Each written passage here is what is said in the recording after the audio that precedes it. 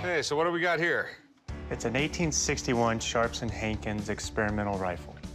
That's pretty cool. It was most likely some weird prototype. Hey, do you know how many they made? Somewhere between 700 and 750 of them between 5 different models. They were probably different models they were running off and probably trying to sell them to the military. You'd normally call something like this a prototype, but experimental sounds so much better when you're trying to sell it to the military. My uncle's a gun collector, and he got me started in collecting guns. I found the rifle at a pawn shop, and I got a great deal on it. And looking at the name of the rifle, I knew it was something special. I like to sell my Sharps Hankins rifle so I can get the money to buy more antique firearms. Right around that time period, there was 1,000,001 experimental or prototypes and all this other things because there was like an explosion in gun technology. A lot of weird designs were coming out because all the other designs were patented. And there was government contracts going crazy to get guns. I mean, the Civil War just broke out. We basically didn't have anything near of the army that we needed to actually go to war. But I imagine 1,000,000 guns were sold to the military during the Civil War, and probably close to that number in the South. By the 1830s, machining had become so good you could make better guns. And by the 1850s, all these weird experimental guns were coming out.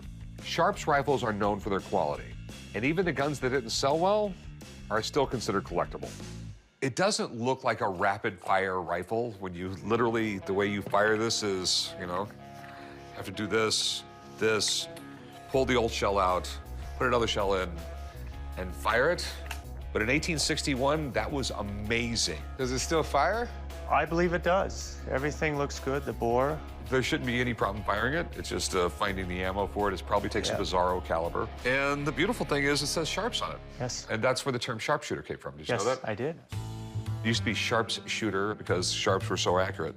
They had serious accuracy for a very long distance. Kind of like me. Yeah. Pretty accurate, Rick. But I dig it. I think they're really, really cool.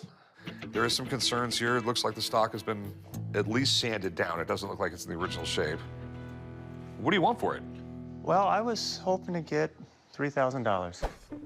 One of my problems with this is when you start getting guns that are, you know, you said there's only 700 or 800 of them made, then there's 5 different models. It's a very thin market, and I don't know the value of it, quite frankly. And I would like someone to take a look at it, if you don't mind. Not at all. Sharps, just the name, it's well known to this day. And it's because of the quality of manufacturing and the fact that these guns were very accurate. There's a large collector base for these guns out there. The barrel length, when they were going into production, they're gonna make it a standard length. It's gonna be 23 or 25 or what have you. This has got 23 and... 3/4? More, it's in between, it's weird. Like 5/8. That would not be the standard number that they would land on, so that raises a red flag for me.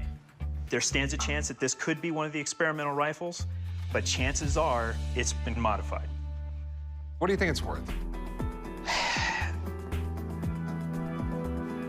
It's a solid $1,500 to $2,000 gun. So, but it's most likely modified. It's a modified rifle. That's what I'm saying. Okay, thanks, man. Absolutely. When it comes to anything of this period being experimental, it could be extremely rare, and anything that's extremely rare could be worth a lot of money. But because of that, that brings out a lot of the fakers. I mean, so what will you realistically take for it? I would say $17,500. No, because that's what he said I could retail it for. It's been messed with. And if it hadn't been messed with, I would have paid you your $3,000 in a minute. I will give you $1,000. That's what I can give. The lowest I could go would be $1,500. I mean, I'll go $1,050, and I shouldn't even do that, but that's what I'll do. I can't go less than that. Have a nice day. Thank you. All right, have a good one. It's disappointing to get the offer. Even the experts said it was worth more than that. I'm going to take the gun home and do some more research on it.